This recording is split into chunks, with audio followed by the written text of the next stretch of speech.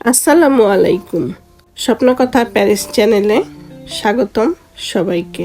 আজকে আপনাদের জন্য নিয়ে এসেছি খুবই সহজ একটি রেসিপি। আর স্বপ্নকথা প্যারিস মানেই সহজ এবং মজাদার রেসিপি।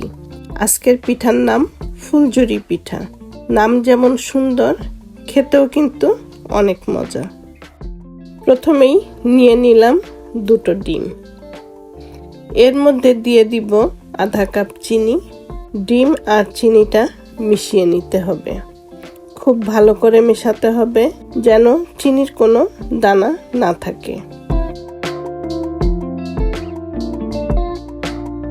ডিম আর চিনি মিশিয়ে নিয়ে এর মধ্যে দিয়ে দিব 1 কাপ ময়দা,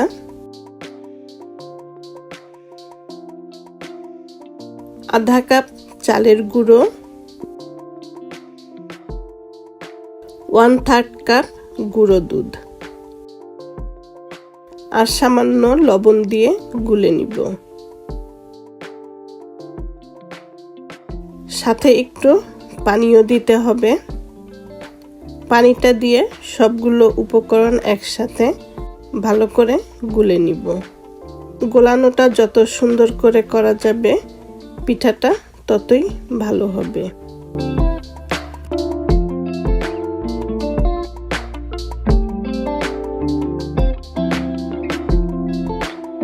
সব গুলে নেওয়ার পর এবার দিয়ে দিব 1 চা চামচের মতন ভ্যানিল।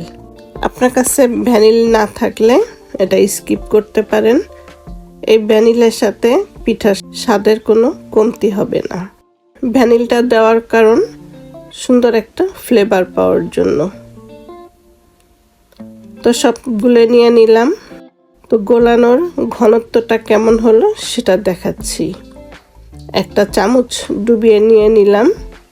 এর উল্টো পিঠে হাত দিয়ে একটি টান দিব যাতে এই দুইটা একসাথে মিশে না যায়। এরকম যখন দেখা যাবে তো বুঝতে হবে যে ব্যাটারটা পারফেক্ট হয়েছে। তো এবার তেল গরম করে নিতে হবে। আর সাথে এই পিঠা বানানোর ফুলটা তেলের মধ্যে দিয়ে গরম করে নিব। তেলটা গরম হয়ে গেছে। এখন এই সাজের ফুলটা তুলে ব্যাটারের মধ্যে দিব এবং তুলে তেলে ডুবিয়ে দিব। আর নাড়াচাড়া দিলেই পিঠাটা সাজ থেকে খুলে যাবে। পিঠার অন্য পাশটাও ভেজে তুলে নিব। এখন পিঠাটা নরম মনে হলেও ঠান্ডা হলে অনেক মচমচে ও কুরকুরে হয়ে যাবে। এই পিঠা বানাতে এতটাই ভালো লাগে যে ইচ্ছে করে সারাক্ষণ বানাতেই থাকি। তো এভাবেই সবগুলো পিঠা বানিয়ে নিব।